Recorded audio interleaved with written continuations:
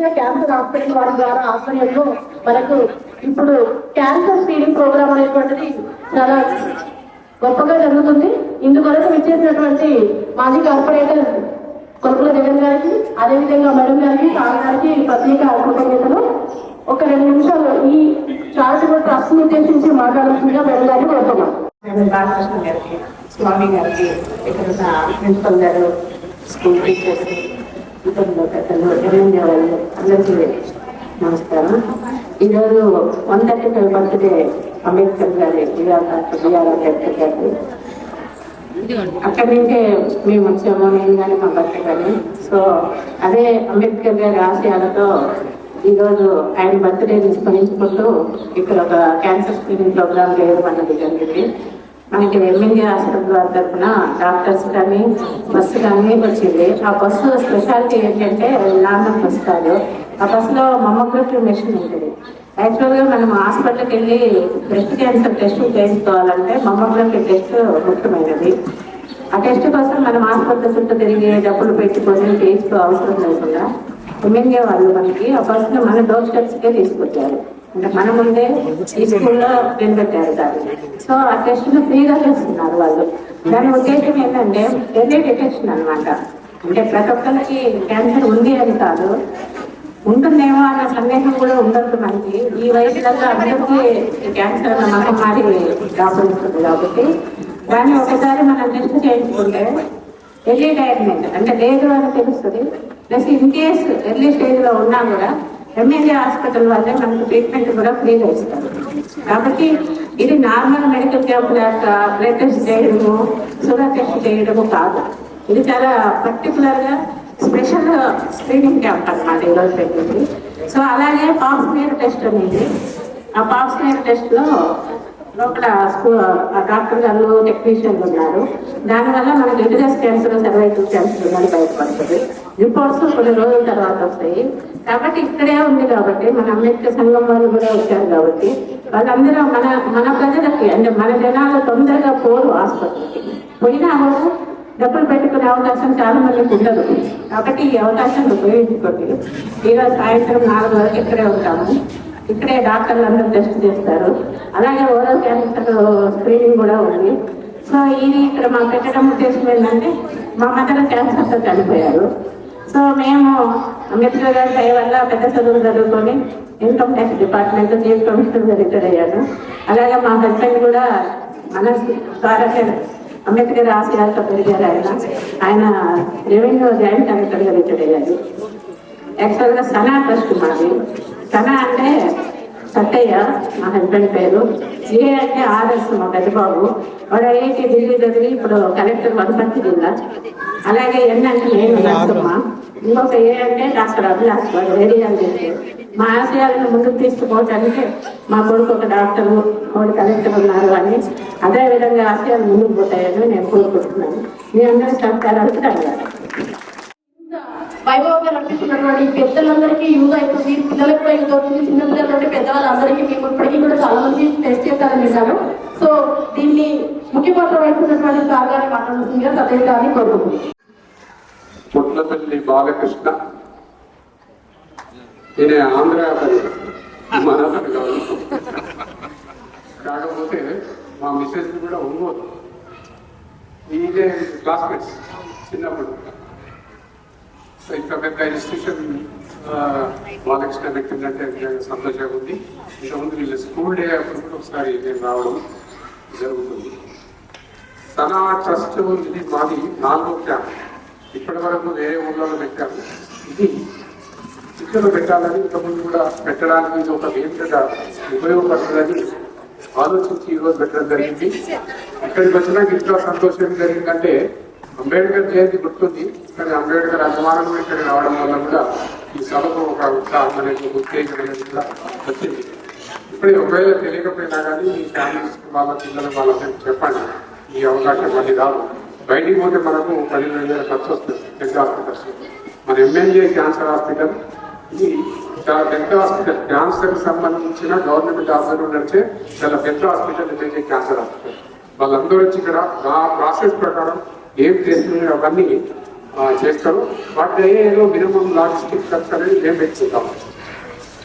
ఈరోజు పెట్టుబడి ముఖ్యంగా స్వామి మాకు ఈయన యశోద హాస్పిటల్ పోతే మాకు అన్ని సౌకర్యాలు చూస్తుంది.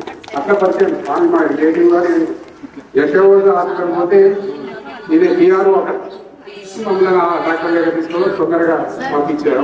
అవి చాలా సేవలు చేసేది మాకు యశోద హాస్పిటల్ అనేది ఒక ఫ్యామిలీ హాస్పిటల్లో చాలా మాకు సేవలు చేసేది. అట్లా వీళ్ళిద్దరు కలుసుకోవడం జరిగింది. స్వామి కాకతాళీయంగా మేము అనుకున్నా కానీ స్వామి బాలకృష్ణ ఈ విధంగా కలుసుకోవడం జరిగింది. ఈరోజు అంబేద్కర్ జయంతి కాబట్టి ఒకసారి మనం అందరం అంబేద్కర్ ఒక కులం వాడినే చూడకుండా భారతదేశానికి సంబంధించిన గొప్ప మేధావి, ఫస్ట్ పిహెచ్డి ఇన్ ఎకనామిక్స్, భారతదేశంలో ఫస్ట్ పిహెచ్డి ఇన్ ఎకనామిక్స్ పొందిన ఒకే ఒక వ్యక్తి డాక్టర్ బిఆర్ అంబేద్కర్. మీరు ఎక్కడైనా చూడండి అంబేద్కర్ విగ్రహం చూడండి, ఆయన అంబేద్కర్ విగ్రహం ఎప్పుడు చాలా డిగ్నిఫైడ్ ఉంటుంది.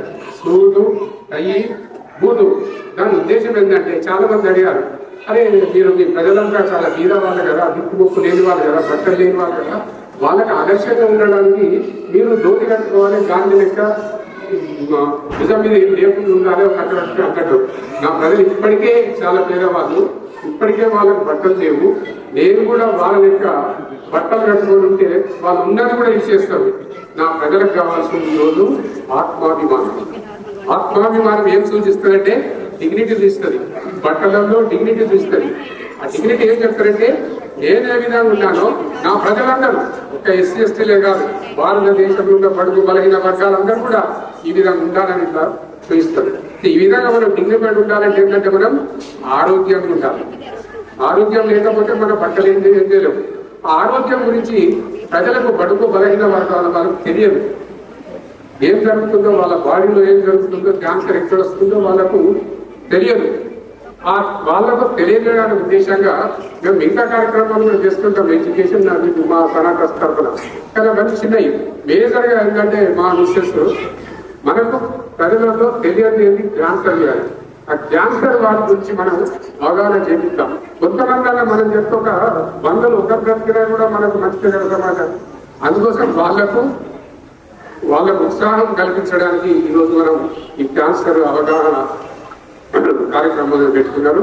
ఇప్పటికి కూడా మీ ఫ్రెండ్స్ గారు కాబట్టి చెప్పండి, ఎందుకంటే అది 4వ స్టేజ్ పోయే వరకు ఉంటుంది తెలియదు మనకు. క్యాన్సర్ అంటే ఎక్కువ కాబట్టి చాలా మందికి తెలియదు. కాబట్టి చిన్న స్టేజ్లో మనం తెలుసుకోవాలి.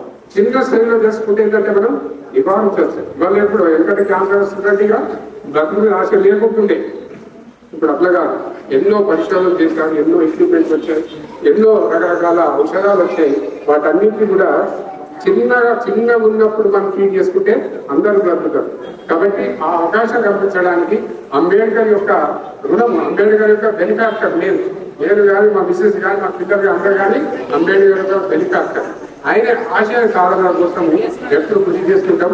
దానిలో భాగంగా ఈరోజు ఇక్కడ పెట్టడం విధంగా ఖాళీ కూడా చూస్తే మరి అంతా చాలా పేద వర్గాల వాళ్ళు ఉన్నట్టు కనిపిస్తుంది. వాళ్ళ కోసం ఇక్కడ పెట్టడం జరిగింది. అన్ని ఉపయోగించుకోండి.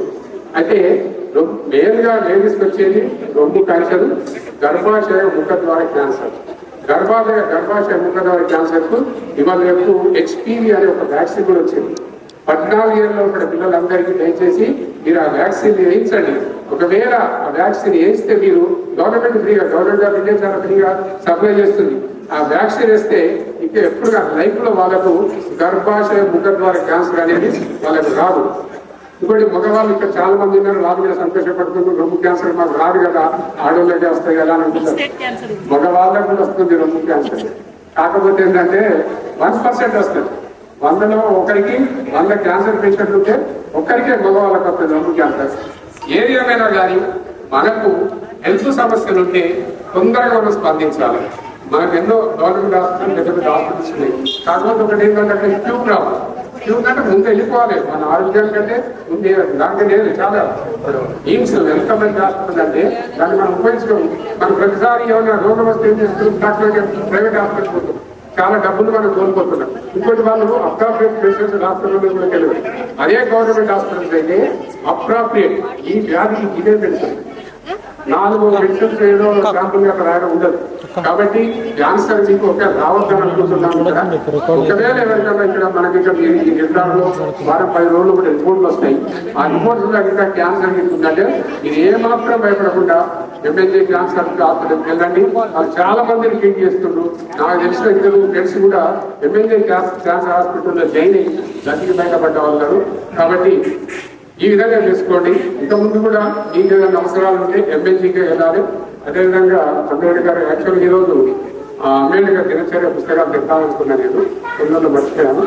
మీకు ఒక 20 పుస్తకాలు పంపిస్తాను అంబేద్కర్ దినచర్య. ఆ పుస్తకం మీరు బయట లెక్క చూడాలి. అంబేద్కర్ దినచర్య అంటే మార్నింగ్ లేచి నుంచి రాత్రి 12-1 దాకా ఏం చేస్తుండే ఆ పుస్తకం చదివితే మీరు డెఫినెట్ గా ఏడుస్తారు. ఒక్క నిమిషం కూడా ఉదయం చేయకపోతుండే. బాత్రూమ్ పోయినా కానీ పుస్తకం పేపర్ పట్టుకోకపోతుండే. న్యూస్ పేపర్ ఆయన పోయే ఆఫీసు 5 నిమిషాలు దాంట్లో కూర్చున్నా కానీ అది కొన్ని పుస్తకాలు ఇది కొన్ని పుస్తకాలు ఎప్పుడు చదువు ఆ చదువు చేయబట్టే పాపం అనేది షుగర్ కొద్దిగా ఇన్ఫెక్షన్ కాకుండా బాగులేదు. సో మనము ఆ పుస్తకం మీరు అందరూ మేము బాలకృష్ణ లేదా స్వామికి పంపిస్తాం. ఆ పుస్తకాలు ఇవే పంపిస్తా. మిగతా పుస్తకాలు మీరు కొనుక్కోండి. Wonderful book. ఆయన జీవితం గురించి ఏం చేస్తుంటే ఎవరి కోసం చేస్తుంటే కేవలం శ్రీనివాసంలో చేస్తున్న చాలా ఒక అపోహ ఉంది. అందరి కోసం చేశారు. ఈ రోజు ఆయన భారత రాజ్యాంగానికి చైర్మన్ కాబట్టి భారతదేశ ఇంజనం ఉంది. ఒకవేళ అంబేద్కర్ రాజ్యం లేకపోతే మనం ఇప్పుడు చూస్తున్నాం ఇరాన్, అమెరికా, ఇజ్రాయెల్ అంతా కొట్టుకుంటూ రోజు కొన్ని 100 మంది చనిపోతుంది. కాబట్టి అంబేద్కర్ ఆశయాలను కొనసాగించడానికి ఈ విధంగా మేము పనిచేస్తున్నాం. మాకు సహకరించిన బాలకృష్ణ, స్వామి, వాళ్ళ టీచింగ్ స్టాఫ్ వాళ్ళందరికీ కూడా, అదేవిధంగా ఎంఎన్జే హాస్పిటల్ స్టాఫ్ వాళ్ళందరూ ఈరోజు హాలిడే అయినా కానీ మన కోసం వాళ్ళందరూ అక్కడికి వచ్చారు. వాళ్ళందరికీ కూడా కృతజ్ఞతలు చేస్తూ నిలుస్తున్నాను. జగన్ గారిని సభలు ఉద్దేశించి మాట్లాడుతుందిగా కోరుతున్నాను. వారి సత్యమని గారు ఏర్పడేటువంటి క్యాన్సర్ టెస్ట్ చాలా మంచి తెలుగు వారికి తెలుసు విధంగా చెప్పిన విధంగా చేసినందుకు ప్రత్యేకంగా వారికి ధన్యవాదాలు తెలియజేసుకుంటూ, మరి అదేవిధంగా వారి యొక్క హృదయంలో మరి బాలకృష్ణ స్కూల్ ఆధ్వర్యంలో బాలకృష్ణ గారు, అదే త్రివేణి గారు, ఉన్నటువంటి వారి టీచర్స్, మా పసుపు ప్రజలు పేర్కొన్న వారికి ముఖ్యంగా ఉన్నటువంటి మహిళలకు యువకుల ప్రజలు కూడా అంబేద్కర్ గారి 130వ సందర్భంలో శుభాకాంక్షలు తెలియజేసుకుంటూ, మరి ఈరోజు చాటబడి టెస్ట్ వారు ఏర్పడేటువంటి ఒక కార్యక్రమంలో పాల్పంచుకొని మహిళలు ముఖ్యంగా మరి 30 దాటిన మహిళలకు చాలా మంది కూడా క్యాన్సర్ బారిన పడుతున్నారు. మరి దాన్ని మీరు వివరంగా టెస్ట్ భయపడకుండా పరీక్ష చేసుకున్నట్టయితే ఒక పరీక్షలో ఒకవేళ రావద్దనే ఆ దేవుడు కోరుకుంటాను. వచ్చిన వాళ్ళలో భయపడకుండా మన కార్యకర్తల్లో మనం ఉండే ధైర్యమే మనకు క్యాన్సర్ తీసుకుంటుంది. దానికి మనము కావాల్సిన ట్రీట్మెంట్ చాలా రకాలుగా వచ్చాయి. మరి చాలా వచ్చినట్టుగా ఎవరంటే నర్సులు వారు వారి హాస్పిటల్లో మంచి ట్రీట్మెంట్ చేస్తూ ఉన్నారు. మరి ఒక బస్సు రూపంలో మరి కూడా అంటే మామూలుగా క్యాన్సర్ హాస్పిటల్ పోతే వాళ్ళు ఒక గేదర్ హౌస్లో టెస్ట్ చేస్తే మరి ఇక్కడే టెస్ట్ చేయకుండా ఇక్కడ రావడం జరిగింది. కాబట్టి వారికి కూడా మరొకసారి ప్రత్యేకంగా తెలియజేసుకుంటూ, మరి మీ మధ్యకాలంలో మరి కేంద్ర ప్రభుత్వం కూడా మన పొందేల 20 తారీఖు ఒక క్యాన్సర్ టీకాలుగా కొన్ని లక్షల మందికి ఇవ్వడం జరుగుతుంది. దాన్ని కూడా మనం తప్పనిసరి తీసుకోవాలి. మరి ఈ యొక్క 14 సంవత్సరాల దాకా మన పిల్లల చాలా మంది కూడా ప్రైవేట్ హాస్పిటల్లో 3 టీకాలు ఇస్తా ఉన్నారు. ఒక్కొక్క టీకా ఖరీదు మనకు 10,000 రూపాయలు.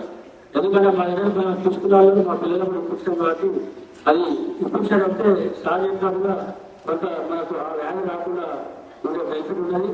ఎందుకంటే మనం తినే ఫుడ్ సరిగా లేక, మనం తినే వస్తువులు ఏదైనా మన వాడే వస్తువులు సరిగా లేక మరి ఎక్కువ మంది మరి ఇంతకుముందు గతంలో మా టైఫాయిడ్, మలేరియా ఈ జ్వరాలతో పడుతుంది. ఈ మధ్యకాలంలో ఉన్నట్టు క్యాన్సర్ బాగా పడుతున్నారు.